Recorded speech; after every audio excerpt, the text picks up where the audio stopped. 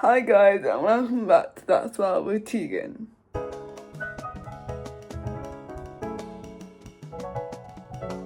Welcome to today's episode where we have the honour of hosting Sophie Christiansen, CBE.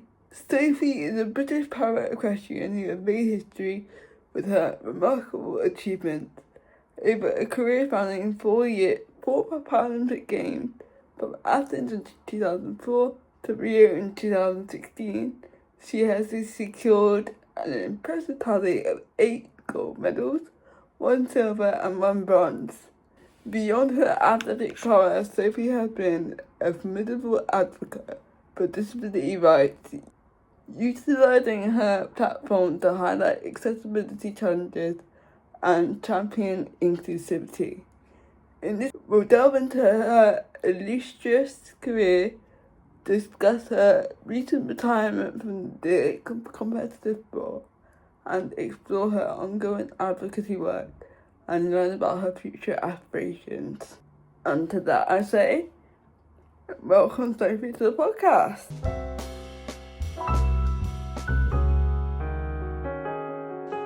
So I wanted to talk about a bit about everything about your career, what you're doing now, and what you hope would change within the sport, but also I know you're doing a lot with like being an advocate for accessibility in every aspect of life. So I also wanted to have a little chat about that and see what you're up to, and that's Amazing. fine. Sounds good. Okay. So my first question is, you had such an amazing career in para-dressage, but I wanted to know what has been your favourite moment to look back on. Well, definitely. I've had a lot of incredible moments of my career, but I think every athlete who competed at home games at London 2012 will just speak about how incredible that atmosphere was. You know, we come from a sport that very rarely has a lot of spectators. So for me to be able to compete in front of 10,000 people was just incredible. And, we had 3 events, and I remember coming out of my final event, my freestyle, and I could feel all this tension in the air because power dressage for health and safety, the crowd's told to do a butterfly wave instead of clap. So I could feel the excitement, but they couldn't clap. And then all of a sudden, my brother and my 2 cousins jumped up and shouted, "We love you, Sophie!" And the whole crowd just erupted. My horse was fine with it. He was well used to competing in front of a crowd, so he took it all in his stride. And just to have, 10,000 people cheering my name was incredible. I can imagine because, well, as you said, in power sport, we don't often get a crowd, so having 10,000 people there watching and then cheering for you, that's like, Yeah, and it just showed to me really how much of an appetite there is for power sport, and I just feel like the dressage organisations don't utilise that. So there is appetite out there for having more people come to watch our amazing sport. They just need to know about it. I definitely agree. I think the more people see of the sport, the more likely they're able to come and support. And but all of our events are free to come and watch, so anyone. Exactly. It's like super easy. come down, have a coffee, and then and watch some really cool people ride horses. I agree. I hope this year we get more of an audience at least. My next question was, what has been your biggest challenge over your career and how did you overcome it? I've had so many ups and downs over my career, in lots of different ways. I think when you have a disability, you're used to overcoming barriers and overcoming adversity. So I think that's what makes Paralympians especially get to the peak of their career because we're used to going through ups and downs. So I would say a big episode for me was actually trying to get selected for London 2012. I lost my top horse, Robin, in 2011. I competed at the World Championships on him in 2010. Won 2 goals there. I was aiming for the Europeans in 2011, but just something wasn't quite right with him. And we had to end up putting him down, Right. sadly. But luckily, I had just bought a second horse because I knew I needed a backup if I wanted to go to London. Thank God I did.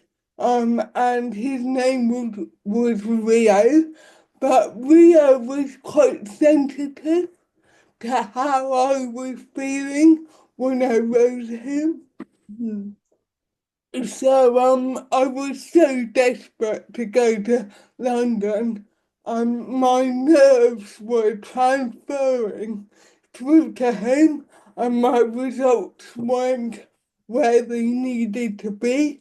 And in April of 2012, I went to do a talk at my old university along with other Olympians, and I listened to a guy called Leon Taylor speak about diving at the Olympics and mentoring Tom Daly and the highs and lows of his sport. And I thought, you know what? You are who I need. And I went up to him and afterwards and asked if he could be my mentor. And he knew nothing about the Paralympics or Yeah. dressage, but actually diving and dressage are quite similar because they're subjective sports based on judging. So he was up for the challenge and he came to watch me train one day and he just said to me, Sophie, why did you start sport in the first place? And I said, well, to have fun, I guess.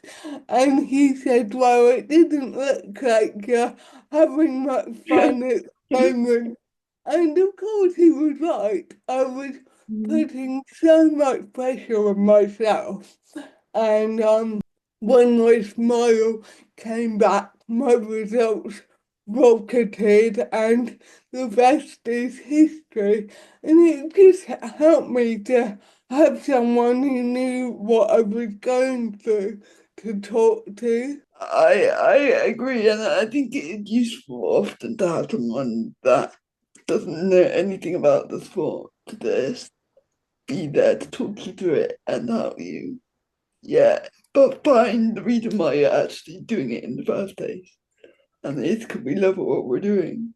Yeah, I think it really helped that he was slightly removed from my sport, but also knew what I was going through. So we formed a really great mentor-mentee relationship.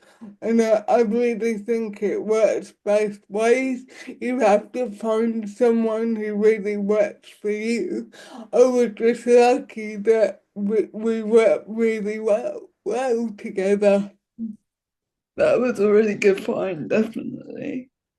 My next question is, in your perspective, has the competition changed over the years? Oh, the standard of competition has utterly shut up like nothing else. I've been in this sport for over 20 years now, and at my first Paralympic Games, I borrowed a horse from my teammate, which would be like unheard of now. And I went up to train with Nicola Chastain just before the uh, Paralympics, and it worked out really well for me. I won a bronze medal, even though I was like completely new to the sport. Still didn't really know what I was doing, and still learning. I was only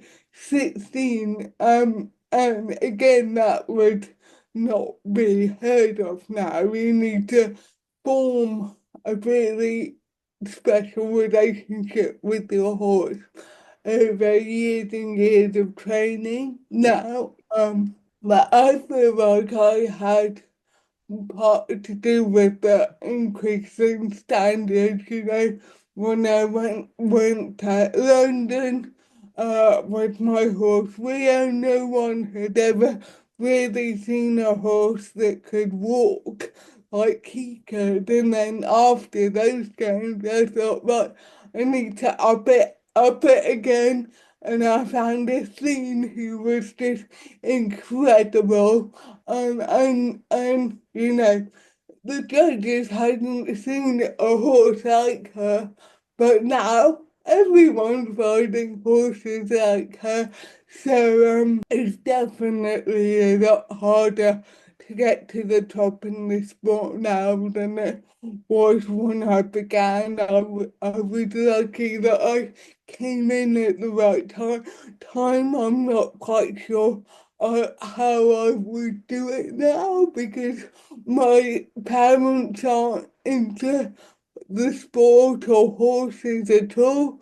I think it does really help when you've got the backing of parents who maybe own the yard or know what they're doing. I mean, Tegan, you know what it's like to kind of come from a non-horsey background, but it's tough, and it does make me quite sad that the sport I loved is now not as accessible. Yeah, well, I was thinking as you were talking that it probably is a bit less inclusive than when you first started because there is such a high standard of horse and rider needed to go to these events.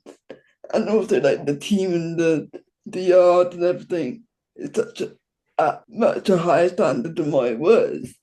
It's kind of made it a bit less more inclusive, I guess, for people that don't come from a horsey background.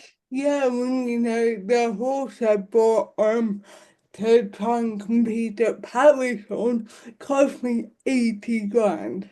I Yeah. mean, that is the Rio, who I won 3 gold medals on in 2012, cost 30 grand, which at the time I thought was a lot of money, but now it's just incredibly expensive. And without my job at an investment bank in the city, there's no way I'd be able to afford an 80 grand horse because in Para we don't attract owners for whatever reason. Well, I know the reasons, but yeah, we need to. I honestly feel like the Para para team needs a lot more help from the equestrian community now in the UK, but it's so difficult, like asking people for help and knowing what they want out of that kind of relationship because they should get something back for helping you as well. So it would be interesting, like, yeah, to get more owners into the sport. I agree, and I think it is very difficult to get more people in because they have to learn and understand the sport for what it is, and we're not we're very different from all of the other disciplines. So, but in order for the sport to continue and to grow and get better, we do need more money in because well I always say to everyone that it's kind of a glorified hobby. It's not because I won't ever make any money from it at all your money goes into the sport, you don't get anything back. And it's so frustrating. I did come to the realization when I retired that I started my sport because it made me feel normal. Like I started riding for the disabled instead of physio because physio made me feel disabled and I hated doing boring exercises, whereas on a horse I felt normal. Whereas now, and the reason I retired is that riding makes me feel disabled because we don't get the same opportunities as our able-bodied counterparts do. I could never make a living from equestrian, even though I have 8 gold medals.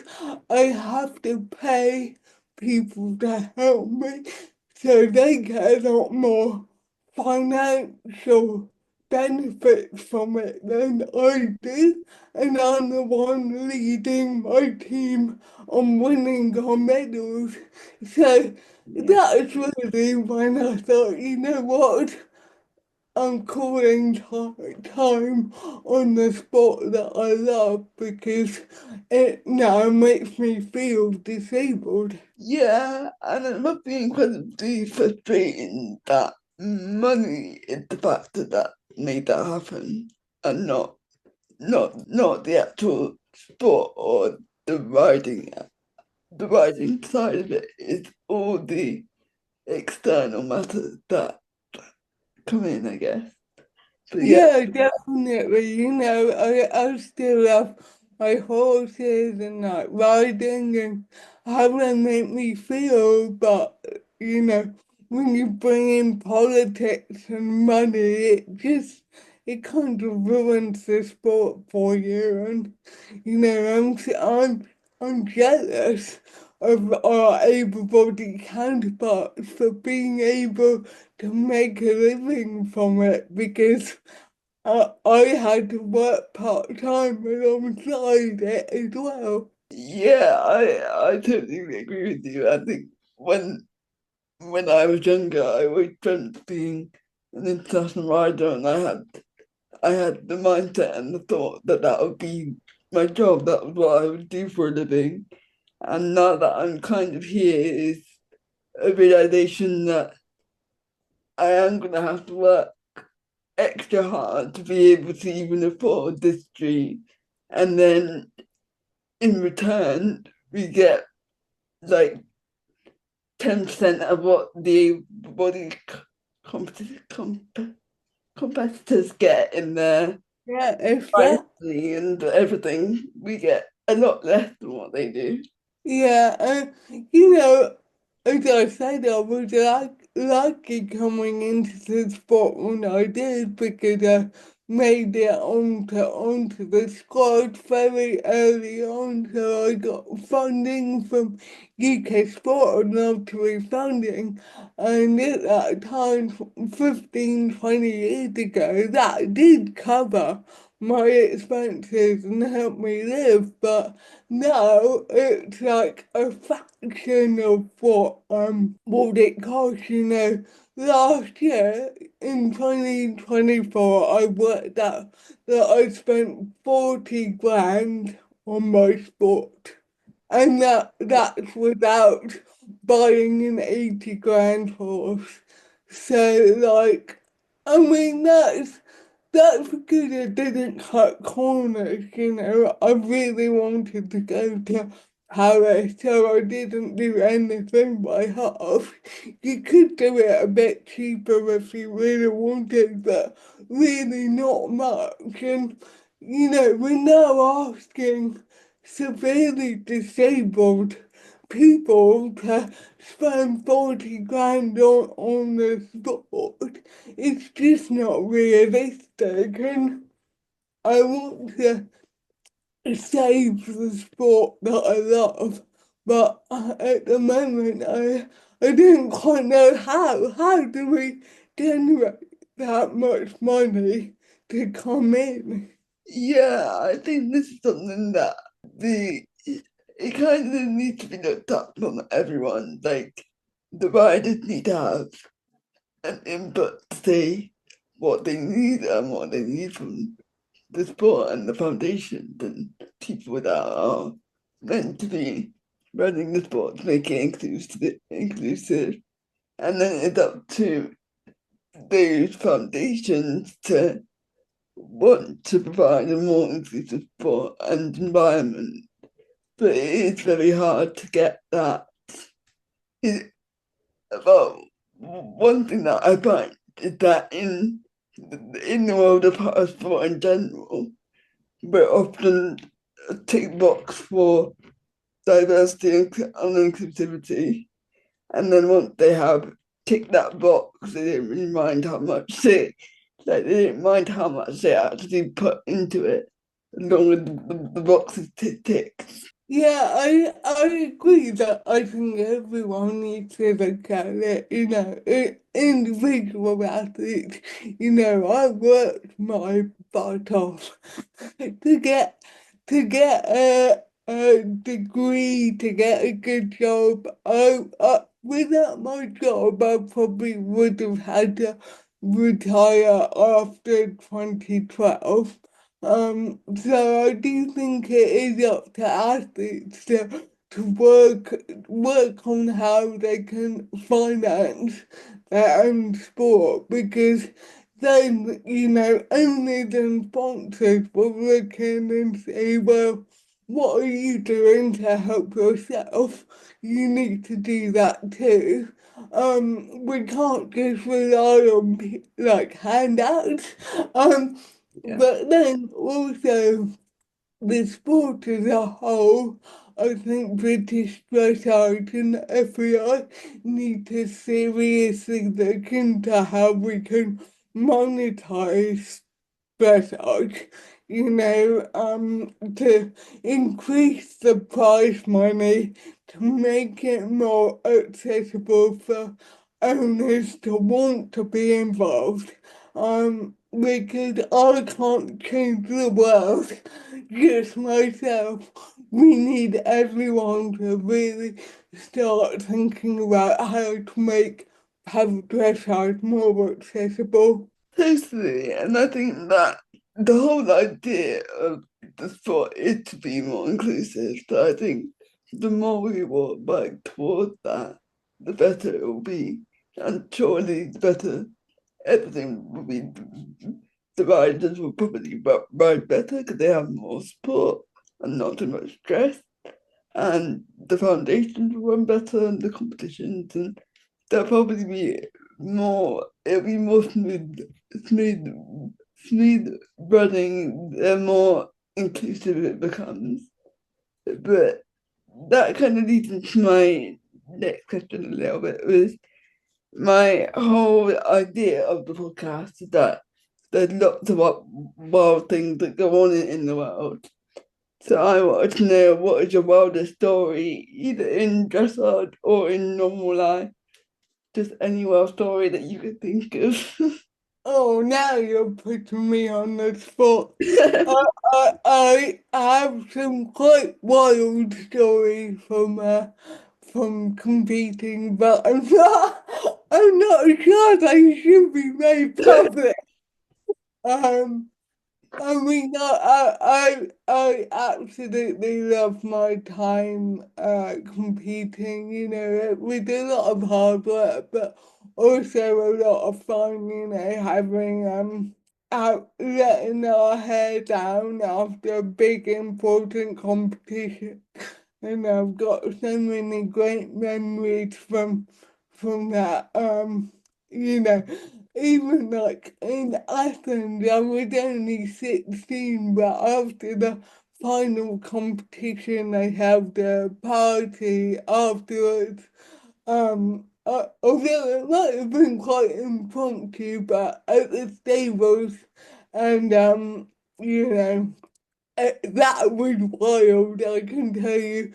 I think we're like swapping shirts for different countries. There were people dancing on tables, like, yeah, and that's all I can tell you. That's fair. I think if it's best to keep some memories in the heart, we'll leave it there. Um, my next set of questions is more about what you're doing after your retirement, and I've seen recently that you've been doing work on social media highlighting accessibility challenges in transport and hotels and those every walk of life really. And I just wanted to know, do you think social media is an effective tool to use when voicing accessibility needs? Yeah, I've really thought about this a lot recently, actually, that, you know, when I was your age, there wasn't really like, role models that I could look up to, like, me, you know, even before I competed at the Paralympics, I didn't know what the Paralympics was. I knew about Tiny Gray Thompson. She was like my only disabled role model.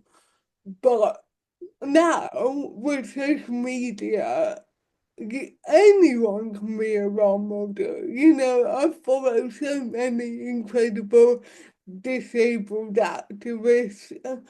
I could call them activists, but like they're just sharing their day-to-day life. Like, and I think it's quite incredible to me how outraged people are, able-bodied people are, when they see what we have to go through on a daily basis. Mm.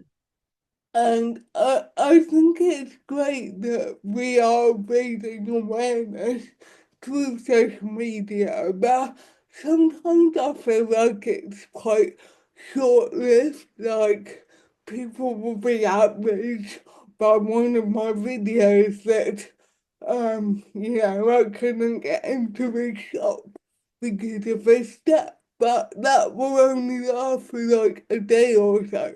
So when nothing changes, so I'm trying to find the right people to create change, and that's quite hard. My recent campaign is on accessible housing. Yeah. So only 1% of homes in the UK are wheelchair accessible, which is crazy because there are over 3% of us. And so I've been talking to my local council. I emailed the disability minister because I met him at an event last year about it. So I'm trying to make a bit of noise. But I feel social media is great for then almost documenting what I'll be doing behind the scenes so that if no change is made, I can hold them accountable. Yeah, and I think that is something that they probably need, is that they can often, well, I guess they can often forget about things that are brought up over time, and being able to hold someone accountable to this is what you said would happen or change and why hasn't it. I think that's probably something that needs to be done over a long period of time to even get a little percent of change. But Yeah, I definitely it, enjoyed it watching your series. annoys me how like people are outraged by how disabled people are treated. You know, why aren't there riots in the street about like the lack of accessibility and the lack of homes? Like, yeah, it just fires me up really. I'm hoping that in 50 years society will look back and be shocked by what we have to go through. I hope. But yeah, it's just so difficult knowing how to affect change. I think the government could do a lot more in terms of Yeah, the Equality Act and accessible regulations. They don't go far enough. They let businesses slip out of things and not be accountable for accessibility. yeah. I mean, I've always been confused with, especially um, like different companies and businesses that are building building spaces and not considering accessibility, because so many of the country has a form of disability, and without making the business accessible, they're limiting their audience and the people that will come into that business. And I think regarding disability as a whole, people often mistake disabilities with people that are just in wheelchairs or that have a physical disability, but there might be other disabilities that need accessibility that they might not consider. And I'm sure, well, I feel like most people know someone or have someone in their family that has a disability, and you want them to feel included and able to use a business or an area.